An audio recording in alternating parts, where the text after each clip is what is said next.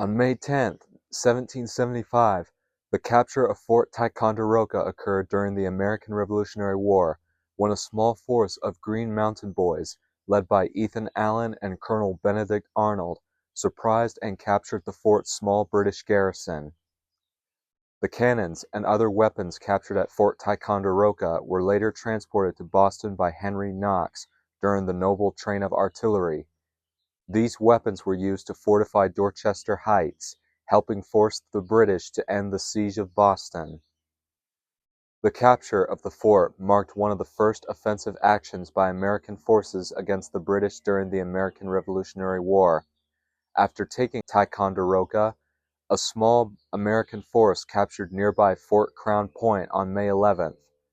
A week later, Benedict Arnold and 50 men launched a raid on Fort St. Jean along the Richelieu River in southern Quebec, seizing military supplies, cannons, and the largest armed vessel on Lake Champlain.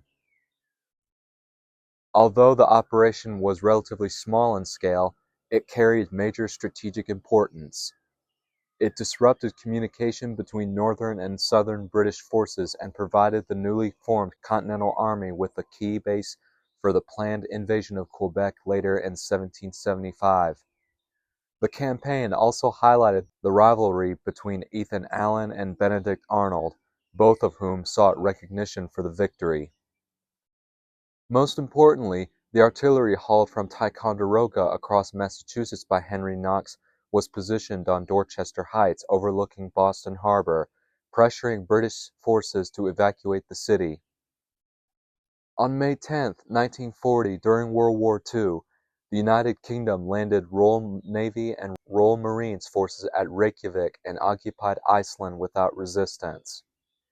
The invasion, known as Operation Fork, was launched after Nazi Germany quickly conquered Denmark. At the time, Iceland was linked to Denmark through a personal union. British leaders feared Germany might establish military bases on the strategically valuable island. Although Iceland had declared neutrality at the start of World War II and refused British requests for cooperation, the United Kingdom carried out an unannounced landing to prevent any possible German occupation. British troops rapidly secured Reykjavik, arrested German nationals, and took control of major transportation and communication centers before moving to important harbors and possible landing areas around the island. Iceland formally protested the breach of its neutrality, while Britain assured the government that it would provide compensation, avoid interfering in domestic affairs, and eventually withdraw its forces. In the months that followed, the original British Marine Force was replaced by larger British, Canadian, and American contingents.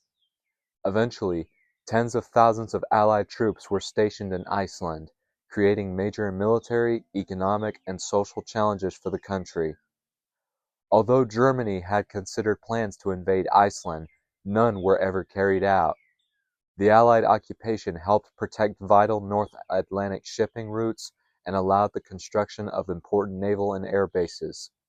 Iceland later became a republic in 1944, and foreign military forces remained on the island until the final withdrawal of United States troops in 1947.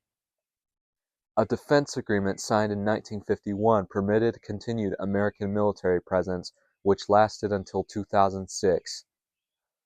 On the same day, there was the Battle of France, the Nazi German invasions of Luxembourg, the Netherlands, and Belgium. And 30 years ago, on May 10, 1996, the 1996 Mount Everest disaster took place when 8 climbers were caught in a blizzard and died on Mount Everest while attempting to descend from the summit.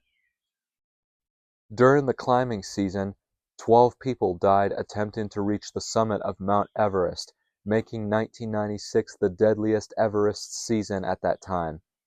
It is now considered the third deadliest, following the 23 deaths caused by avalanches during the 2015 Nepal earthquake and the 16 deaths in the 2014 Mount Everest avalanche. The 1996 Mount Everest disaster drew intense media attention, sparked debate about the commercialization of Everest expeditions, and led to ongoing arguments over responsibility for the tragedy.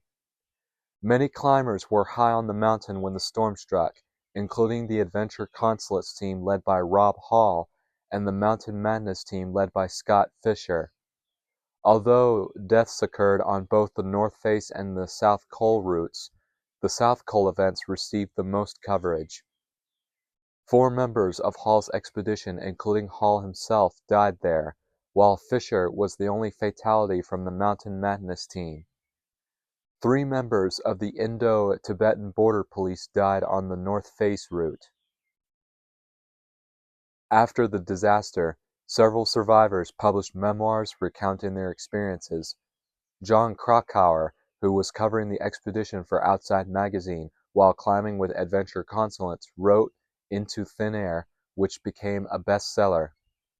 Anatoly Bukreev, a guide with Mountain Madness who felt criticized in Krakauer's account, co-wrote The Climb, Tragic Ambitions on Everest as a response. Other survivors also documented their experiences, including Beck Weathers in Left for Dead, My Journey Home from Everest, Lenny Gamelgard in Climbing High, A Woman's Account of Surviving the Everest Tragedy, and Lou Kashishki in After the Wind, 1996 Everest Tragedy, One Survivor's Story. Additional accounts later appeared, including contributions from Mike Truman in The Storms, Adventure and Tragedy on Everest.